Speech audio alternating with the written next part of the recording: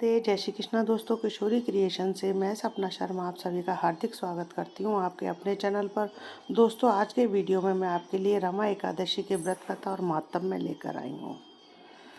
रमा हरि को प्रिय अति, गावे वेद पुराण, हरि नाम में रमे रहो, सद बुद्धि दे भगवान। युधिष्ठिर ने कहा, हे केशव, अब आप कार्तिक मास में कृष्ण पक्ष की एकादशी की कथा को सुनाइए। श्री कृष्ण जी बोले, हे राजन, कार्तिक मास के कृष्ण पक्ष की एकादशी को रमा एकादशी कहते हैं। इस व्रत को करने से समस्त पाप नष्ट हो जाते हैं। इसकी कथा मैं कहता हूँ, सो तुम ध्यान देकर सुनो। प्राचीन समय की बात है कि एक राजा मुचकंद था। वह धर्म राज्य करता था। उसकी मित्रता भी इंद्र, कुबेर, वरुण, विभीषण इत्यादि से थी।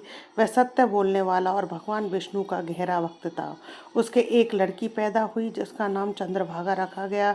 वह जब शादी के योग्य हुई तो राजा ने उसका विवाह राजा चंद्रसेन के पुत्र शोभन के साथ कर दिया। अब एक बार चंद्रभागा अपने मायके में थी, तब एकादशी का व्रत आया। चंद्रभागा ने एकादशी का दिन समीप आया जानकर विचार किया कि मेरा पति अत्यंत दुर्बल है, इसलिए इस एकादशी का व्रत नहीं कर सकेगा, इसलिए मैं भी ऐसा व्रत नहीं कर सकती, परंतु मेरे पिता की कठोर आज्ञा है। उनके राज्य में तो सभी को एकादशी का व्रत करना होता है। जब एकादशी का दिन आया तब पूरे राज्य में ढिढोरा पिटवा दिया गया, जिसे सुनकर शोभन अपनी स्त्री के पास आया और उससे पूछा कि हे प्रिय, तुम मुझे कुछ उपाय बताओ, क्योंकि मैं व्रत करूंगा तो अवश्य ही मर जाऊंगा। तब चंद्रभागा ने उत्तर दिया, हे प्राणनाथ, मेरे पिताजी के राज्य में एकादशी में कोई भी भोजन नहीं करता। यहाँ तक कि हाथी, घोड़े, ऊंट, भैंस, गाय, बैल आदि कोई भी पशु भी अन्न ग्रहण नहीं करते हैं। आप बताइए कि आप किस प्रकार से अन्न ग्रहण कर सकते हैं। यदि आप भोजन करना चाहते हैं तो इस नगर को छोड़कर किसी अन्य नगर में चले जाए।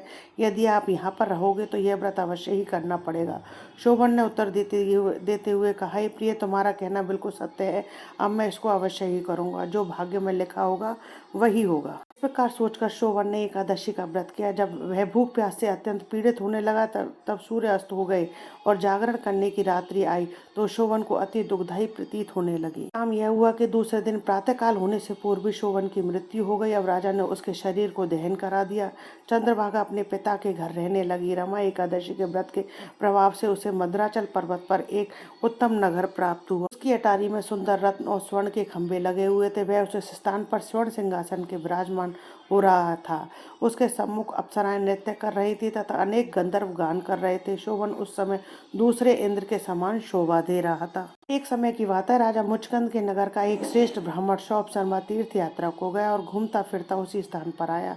सोम शर्मा ने शोभन को राजा का जमाई जानकर पहचान लिया और उसके निकट गया। शर्मा ब्राह्मण को आया देखकर राजा शोभन अपने स्थान से उठ खड़ा हुआ और ब्राह्मण को सत्कार कर अपने पास बिठाकर अपने ससुर तथा अपनी पत्नी की कुशलता के समाचार पूछने लगा। सोम शर्मा ब्राह्मण ने कहा, हे राजन, हमारे राजा और आपकी पत्नी चंद्रभागा दोनों कुशल है। अब आप मुझको अपना समाचार सुनाओ, क्योंकि मुझे यह सब देखकर बड़ा आश्चर्य हो रहा है कि एक ऐसा विचित्र और सुंदर नगर ना तो पहले कभी देखा और न कभी सुना, तो आपको किस प्रकार मिला। शोभन ने कहा, हे सोम शर्मा, यह सब रमा एकादशी के व्रत का प्रभाव है। इसी के कारण सब कुछ वैभव मुझे प्राप्त हुआ है, किंतु यह सब अध्रुव है। सोम शर्मा ने पूछा, महाराज, यह सब अध्रुव कैसे है? ध्रुव कैसे होगा? इस बात का रहस्य मुझे बताइए। हे ब्राह्मण, मैंने रमा एकादशी के व्रत को किया, उसके प्रभाव से मुझे यह प्राप्त हुआ है, परंतु मैंने व्रत बिना श्रद्धा व भक्ति भाव से किया था, जिससे मुझे यह नगर स्थिर रूप में प्राप्त नहीं हुआ। मैं इसलिए इसे अध्रुव मानता हूँ। यदि तुम वृत्तांत को चंद्रभागा से कहो तो वह इसे ध्रुव बना देगी। सोम शर्मा ब्राह्मण ने नगर में आकर सब वृत्तांत चंद्रभागा को सुनाया। यह सब वृत्तांत सुनकर राजपुत्री चंद्रभागा ने कहा, हे ब्राह्मण, आप यह क्या वृत्तांत आंखों देखा सत्य सुना रहे हैं? कोई सपना देखा है आपने? ने समझाते हुए कहा, हे राजकन्या, यह जो कुछ भी वृत्तांत मैंने कहा है वह सब अपनी आंखों से देखा है, प्रत्यक्ष है। इसमें किंचित मात्र भी झूठ नहीं है, परंतु वह नगर अध्रुव है।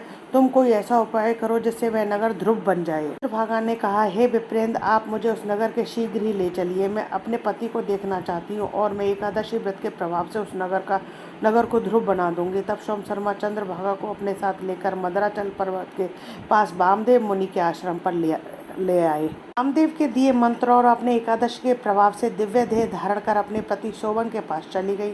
शोभन ने अपनी स्त्री चंद्रभागा को आया देखकर प्रसन्नता पूर्वक अपने सिंहासन पर वाम अंग में बैठाया। अब आप मेरे व्रत के पुण्य प्रभाव को सुनिए। मैं अपने पिता के घर में 8 वर्ष की आयु की थी, तभी से मैं एकादशी का व्रत यथाविधि से करती रही।